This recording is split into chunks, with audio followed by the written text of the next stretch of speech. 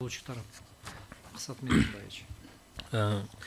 Сиздин укуктук позицияңызда айтып өттүңүз да ошол сот өндүрүшүндө тең укуктуу жана атаандашууга укуктуу тараптар бири бул тергөөчү прокурор болгон болсо, экинчиси айыпталуучу же болбосо ошол кызматтан четтетилген жаран. Мында тергөөчү менен прокурор эч кандай үстүндө инстанциялык бир тартиби жок, сотко өтүнүч менен кайрылат. Ал эми ошол кызматтан четтетилген жаран ошол заарылчылык жоюлгандан кийин бир инстанция катары бир процедуралардан өтүп келип, анан кийин гана аны кызматтан четтетүүнү прокурор анан тергөөчүнүн колу менен гана аткарышы керек деген позицияны айтып атасыздар да, азыр.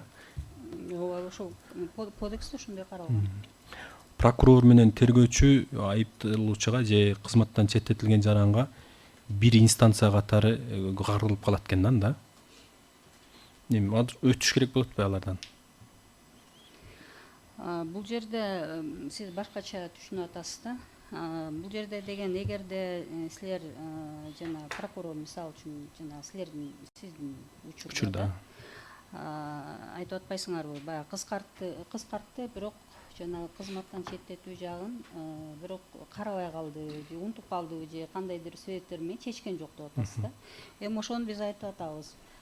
Ошол аракетсиздиги, ошол боюнча аракетсиздик болуп атат да, же болбосо ошол эле кыскартуу токтому силер тараптан даттанылышы мүмкүн да. Силерге эч ким каршы мындай бөгөт коюлган жок да. Анткени деген силер жазышыңар мүмкүн да, мисалы үчүнчү, ооба кыскарткан чегинде биз макулбуз, биз ал менен колдойбуз, бирок ошол эле учурда бул токтом менен могу маселелер каралбай калган депчи.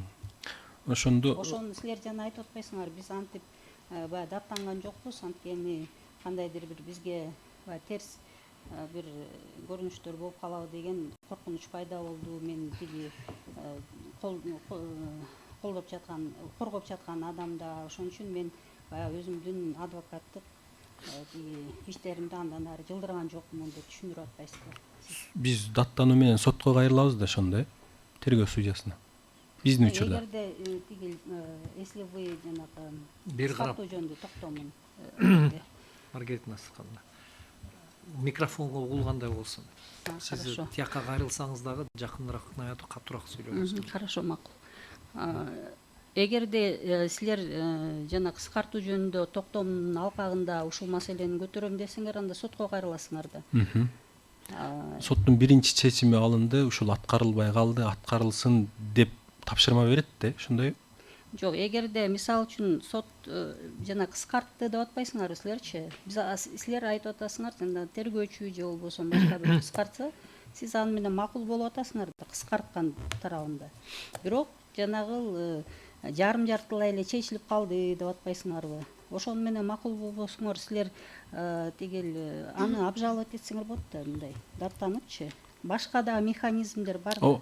Ошондо сот эми силердин оюңарда мындай болуп атат да, именно ошол жана 120-чы жана 267-де так көрсөтүлүп калган эмес деп атасыңар да, бирок жана 120-да деле турбайбы жазылыпчы, айыпталуучуну кызматынан убактылуу четтетүү бул чараны колдонуунун зарылдыгы жок болгондо судьянын токтому соттун анықтамасы менен жокко чыгарылат деп атпайсыңарбы? Анан бул жерде жанагы эгерде кыскартылып калса, анда баягы кандай десем, ошол чараны колдонуунун мааниси барбы, ал же болбосо уже бүттүбү, аны жокко чыгарыш керекпи дегендейчи. Анан ошого эми мен азыр силерге так кесе жооп бере албайм. Ал деген ооба бүттү, ошол бойдон жокко чыгарылыш керек, же болбосо ал күчүндө артылыш керек. Аны сотко силер даттанып, анан сот баа бериш керек да. Мыйзам чегинде. Бир жолу сиздер сунуштап жаткан бир жолу. Экинчи жолу аракетсиздигин даттангыла деп атасыздар, Ошондо сот чечим милдеттендирүү боюнча чыгарат да, туурабы? эгерде ошондой деп сот чече турган болсо, анда аны милдеттендириш керек. Бир инстанция болуп атпайбы ошондо? Андан кийинки кызматтан четтетүү боюнча дагы сот каралыш керек туурабы? Мен сиздин сурооңузду түшүнгөн жокмун. Мен жооп бердим деп эсептейм да сиздин Макул. Жарайт.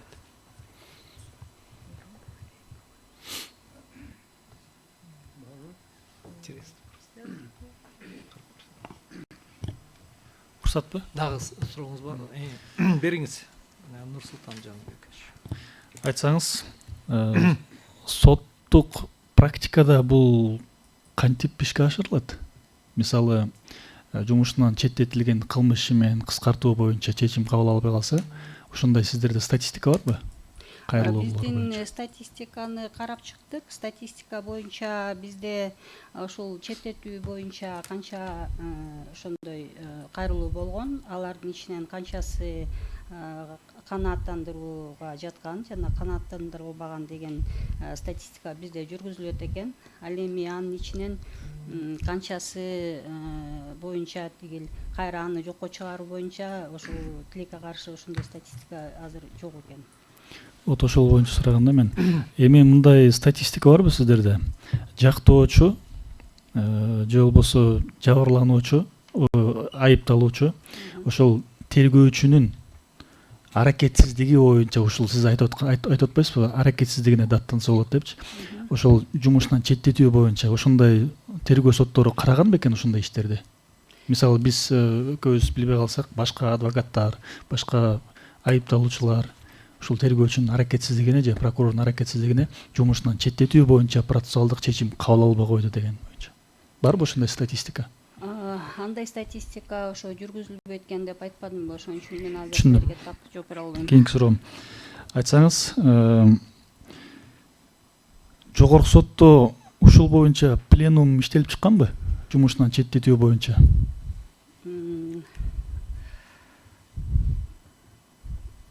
Жогорку сотто баягы именно ушундай аталышта токтом менин эсимде жок экен. Бирок башка токтомдордо мүмкүн каралгандыр. Башка токтомдор да болушу мүмкүн, ошон үчүн каралып кетиши мүмкүн да.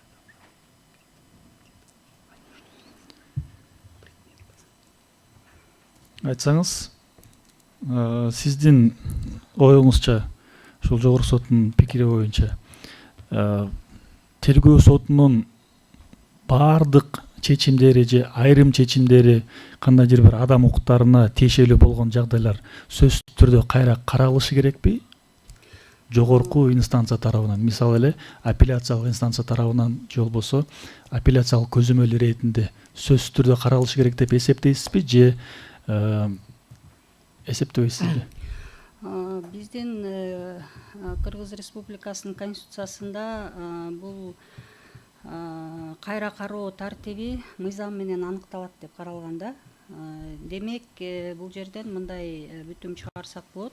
Ар бир эле соттун чечимин, болбосо ар бир чыгарган соттун аныктамасынбы, токтомунбу кийинки инстанцияга даттанууга сөзсүз түрдө жатат деген түшүндүрбөйт да. Ошон үчүн ал мыйзам менен аныкталат. Мыйзам менен айрым тергөө судьясынын айрым аныктамалары, токтомдору экинчи инстанцияга каралат, апелляцияга. Мунун баардыгы тең баягы ишти өтө создуктурбоо үчүн, ошол эле жана тергөөнүн дагы тезирээк бүткөнүнө багытталганда, анткени жанагы өзүнүн укуктары менен кыянат пайдалануу деген дагы түшүнүк бар да, билесиз сиз жакшы. Ошолго жол бербеш үчүн кандайдыр бир чектөөлөр киргизилет да, ошол акыркы болуп саналат, андан даттанылбайт. Бул жерде болсо бул каралып аткан иш боюнча дагы мыйзам чыгаруучу ошол өзүнүн чегинде ушундай бүтүмгө келсе керек. Жогорку соттун пикири кандай? Эгерде мыйзамда ал жагдай пробел катары кабыл алынып калса, мисалы айрым сот отурумунун катышуучулары буну биз пробел деп эсептейбиз же болбосо жогорку соттун дагы апелляциялык инстанциянын дагы ошондой баягы ыйгарым укуктары жок болсо сиздердин пикириңиздер кандай болот? Ошол боюнча уланып кетейин да ушул жалп эле. Анан ушундай жагдайларда жогорку сот кандай реакция кыла алат? Бул боюнча мен жалпысынан айтып кетейин. Бул ушундай жагдайлар түзүлүп калган болсо, эгерде чындыгында эле тараптардын укуктары бузулуп, бирок ал жерде мисалы үчүн мыйзам менен кодекстерде каралган эмес болсо, кийинки тиги даттануулары же дагы бир башка бир пробел болуп калат го, мындай боштук деп коет эмеспи, укуктук боштуктар болгондо биз азыр жогорку сотто мындай кылып атабыз.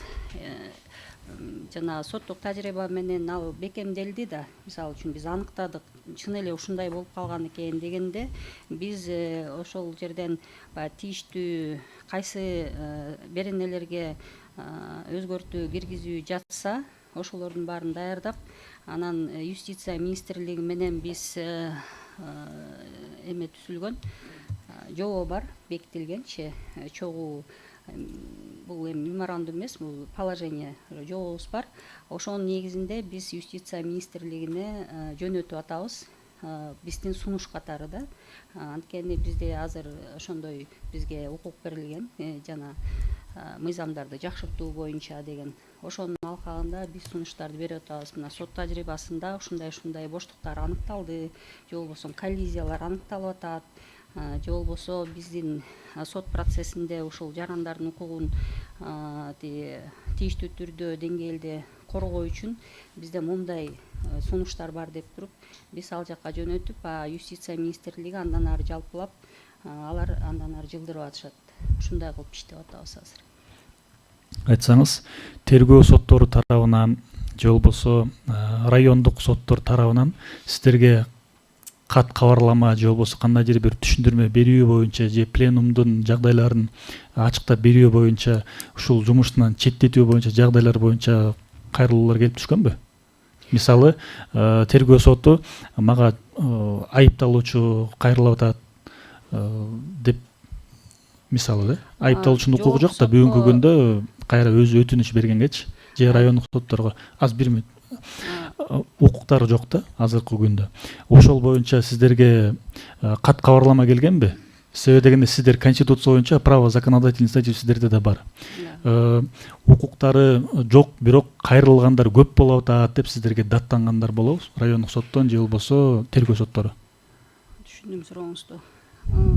Жогорку сотко негизи көп андай кайрылуулар болот, бирок именно ушул норма боюнча келген боюнча менде кабар жок экен.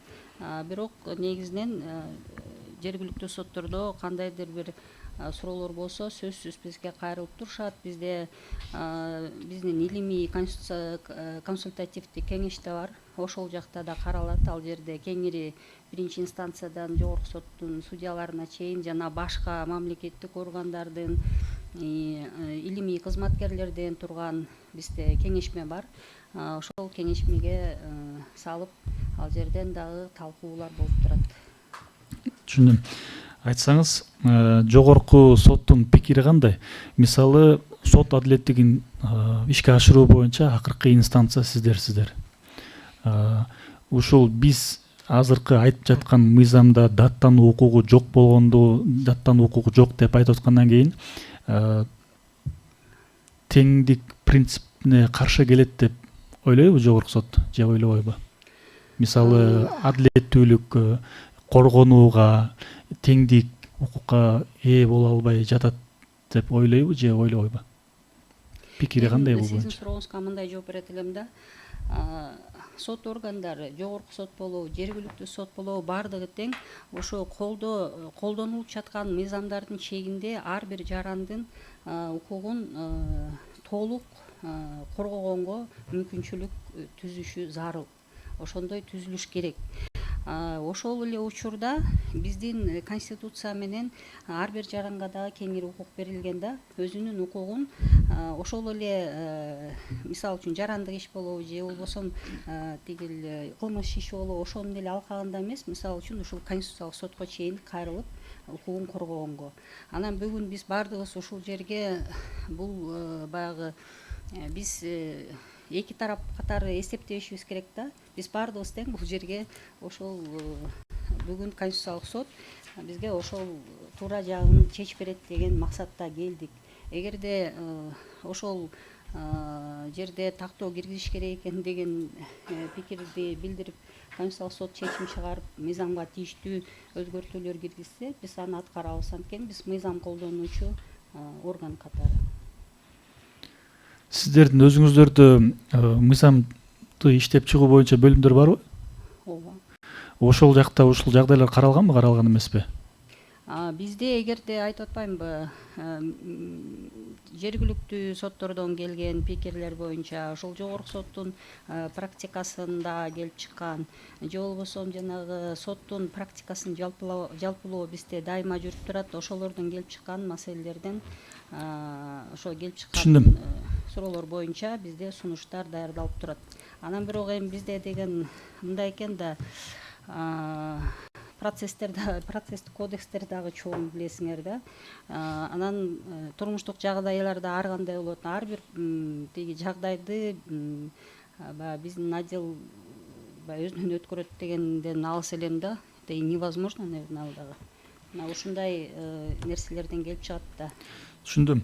Айтсаңыз, жогорку соттун пленумунун отурумунда пленум кабыл алуу ошол токтом пленум кабыл алуу менен ушул көрсөтүлгөн жагдайларды четтете алабы пленумдун отурумунда?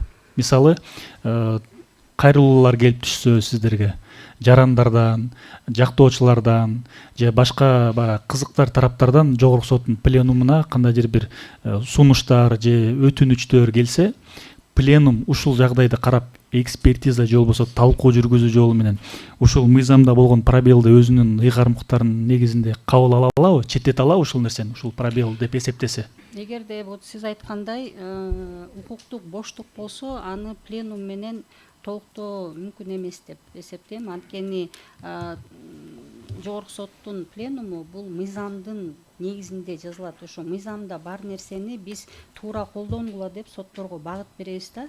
Анан жок нерсени биз өзүбүз мыйзам чыгарып, анан мындай кылып койгула деп айта албайбыз да. Демек ошондо сиздин оюңуз даттанууга болбогон даттана албай турган жагдай бул кандайдыр бир мыйзамга пробел деп эсептеп атасызбы ошондо азыр? Мен пробел деп эсептебейм, муну мыйзам чыгаруучу ушундай деп чечкен деп эсептеп атам да. Эгерде жок ал башкача болот десе, анда мыйзамга өзгөртүү киргизиш керек болот. Акыркы суроом, урматтуу төрага.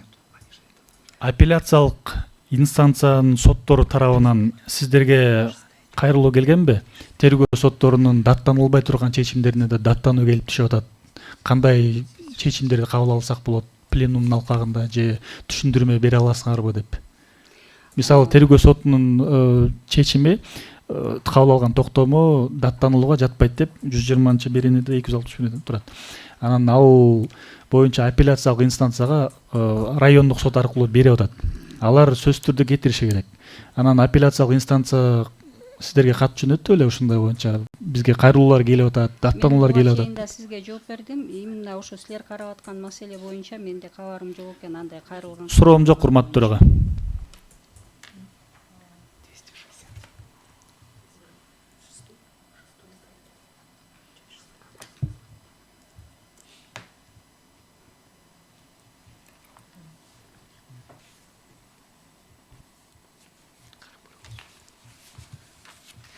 Сурооңуздар барбы? Суроо жок, урматтуу төрага. Сурооңуздар барбы? Менде суроо бар сизге. Сиз айтып кеттиңиз, жана неме азыр каралып аткан ченемдер кылмыш процессуалдык кодекси иштелип чыгып атканда, ошондо жалпы укуктук концепцияга негизделген депчи. Мен ушул боюнча сизде мындай суроом бар эле да. Тергөө судьясынын кайсыл чечимдери даттанууга жатпайт? Ал жерде даттанууга жата турган чечимдер ошол кодексте каралган. Сиз сөзүңүздө айтып кеттиңиз. Айрым чечимдери даттанууга жатат, Ал эми айрым чечимдери даттанууга жатпайт деп Ал айттыңыз. жерде- Ошонун баары концепцияга негизделген. Мен ошон үчүн сизден сурап атам. Ошол эмне концепция, кайсыл концепциянын негизинде тергөө судьянын кандай чечимдери даттанууга жатпайт? Эмне себептен? Бул жерде тиги кодекстерде каралганда кайсы чечимдери тергөө судьяныкы баягы Конкретно. конкретно Конкретно каралган. насыркан. Конкретно кайсы чечими? Биз азыр мен ошон үчүн тиги чоң суроону алыска коюп, кайсыл чечимдери даттанууга жатат деп аны сураган жокмун. Кайсыл чечимдери даттанууга жатпайт? Азыр мен тиги коомдо кодекс жок экен. Мисалы үчүн жанагы эгерде кодексте түз каралган болсо даттануулууга жатат деп, алар даттанылат. Ал эми башкалары даттануулууга жатпайт. Эгерде кодексте каралбаса, алар даттанылбайт. Кодексте каралыш керек да. Жок, сиз баягы мен концепциясы- сиздин сөзүңүздөн алыска чыгарган жокмун. Мен сиздин ошол үчүн айтып атам. Мына бул жерде 267 берененин 6 бөлүгүндө 6 бөлүгүндө түздөн түз көрсөтүлгөн, что кызматынан убактылуу четтетүү жөнүндөгү Даттанылбайт деп турат да. даттанууга жатпайт деп жазылган. Ооба, кодексте Жок, ошентип- сиз неме деп айтып кеттиңиз да, тиги неме концепцияга негизделген деп. Мен ошон үчүн сизден сурап атам. Кайсыл укуктук концепция, кайсыл доктринанын негизинде ушул чечимге келишкен? Могу чечимдер тергөө судьянын чечимдери даттанууга жатпаш керек. Булар даттанууга жатыш керек деп. Жалпы концепцияны эмне себеп деген ошол го. Эмне доктрина? Сиз өзүңүз айтып кеттиңиз сөзүңүздө. Концепцияга негизделген. Бүгүнкү каралып аткан ошол немелер деп. Мен ошон үчүн сиздин мен ошол тууралуу сизден сурап атам. Бул концепция негизи жалпысынан алынган. Бул тиги процесстик кодекстерди кабыл алып атканда баягы 17-жылы, андан кийин ал 21-жылы кайра иштелип чыгып дагы кабыл алынды. Ал Бул жерде белгилүү деген нерсе, кыскартылды Маргарита да, Насырканова, мен инстанционность. просто сиздин сөзүңүздө эле айтып атам. Сиз конкретно айттыңыз, мына бүгүнкү каралып аткан беренелер, неменин кылмыш процессуалдык кодекстин беренелери ошол бүт концепцияга тийиштүү кабыл алынган. Ошону айтып Ошон үчүн атпаймынбы? карама-каршы келбейт деп атасыз. Концептуально- Мен ошон үчүн сизден сурап атам. Эмне себептен? Мына эмне себептен сиз концептуально инстанционность инстанцияларга, кийинки инстанцияларга кайрылуу тартиптери кыскартылган болчу, кыйла кыскартылган. Көп ошол мурда мисалы үчүн бөгөт коюу чарасы да. Ошолордун баардыгы тең, мисалы үчүн жана под стражу алгандар же болбосо башка чаралардын баардыгы тең жогорку сотко чейин келип даттанылчу сиз мурда. концепциянын Азыр маанисин болсо- айтыңызчы, маанисин айтыңыз. Мен так көпүрө албайм анда. Эмне себептен тергөө судьянын айрым чечимдери, мына ошонун бири бул неме, калгандары кайсы десем айта албай атасыз. Мен деле азыр айта албайт экенмин. Ишти создуктурбоо үчүн, тергөө иштерин убагында, учурунда бүтүрүш үчүн, алардын ошо эң башкы биздин жарандардын болобу, башка тиги чөйрөдөгүлөр адамдардын болобу, эң башкысы даттануулары ошол судебная волокита деп коет эмеспи, ошол иштерди создуктуруу боюнча абдан көп бизге дайыма баягы даттануулар келип түшөт да, нааразычылыктардын Ал түшүнүктүү. Мен Ошонун бир үчүн- нерсени, бул деген чектөө негизи мына кызматтан убактылуу четтетүү жөнүндөгү соттун чечими.